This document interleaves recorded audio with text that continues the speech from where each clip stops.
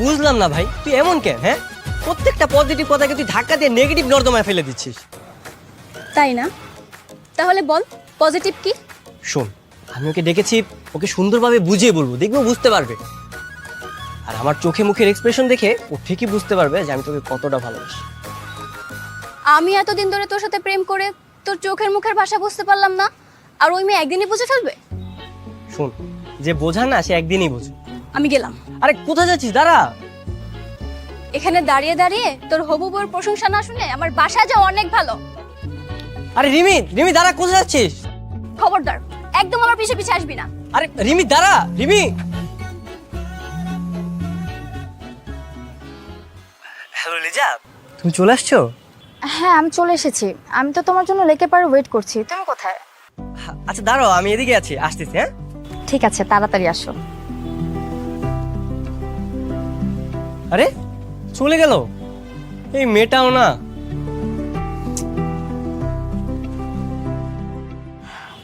এত গরমের মধ্যে এভাবে বাইরে দেখা করা যায়? আমরা কোনো একটা রেস্টুরেন্টে বসলেই তো পারতাম, তাই না?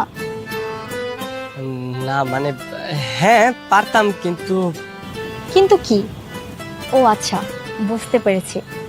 আমার সঙ্গে তোমার রোমান্টিক পরিবেশে ঘুরতে ইচ্ছা করেছে, তাই না?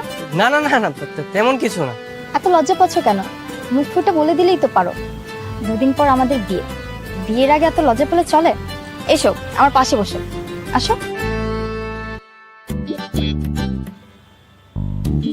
না না না, আমি আমি এখানে ঠিক আছি। আসলে তোমাকে কিভাবে যে বলি। এই, তুমি তো দেখি ঘামছো। দাঁড়াও, আমি টিস্যু দিয়ে মুছে দিচ্ছি। না না থাক থাক, আমি এভাবে ঠিক আছি, লাগবে না, থাক। আচ্ছা, এবার বলো, কি জন্য আমাকে এত জরুরিভাবে ডেকেছো? না আসলে তুমি তো জানো, বাবা তোমার আর আমার বিয়ে ঠিক করেছে। হ্যাঁ, তা তো আমি জানি।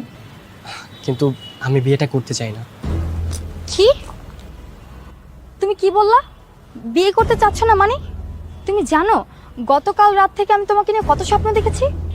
না আসলে আমি বিয়েটা এখন করতে যাচ্ছি না, আমার একটু সময় দরকার। কোনো সময় পাবে না।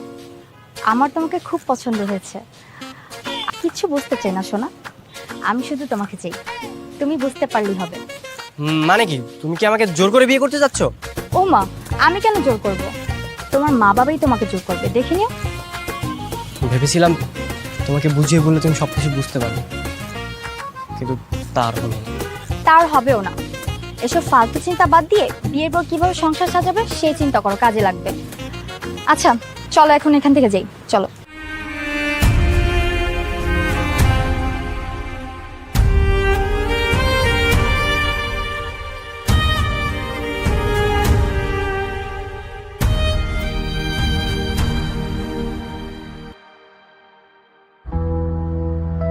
কি ব্যাপার, ডাকছো কেন? তোমার ছেলে কোথায়? আছে বোধহয় ওর ঘরে। কেন, কি হয়েছে? কেন কি হয়েছে তাই না? তোমার ওই বজ্জাত ছেলেকে আগে ডাকো, তারপর জিজ্ঞেস করো কি হয়েছে। রাগ করছো কেন? আমি কেন রাগ করব?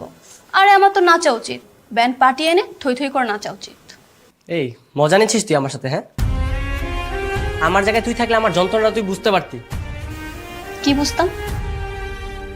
গার্লফ্রেন্ডকে আর হবু বউকে কিভাবে দুটো একসাথে ম্যানেজ করা যায় সেটা বুঝতাম। এই একদম উল্টাপাল্টা কথা বলবি না, আমি এমনিতেই টেনশনে আছি।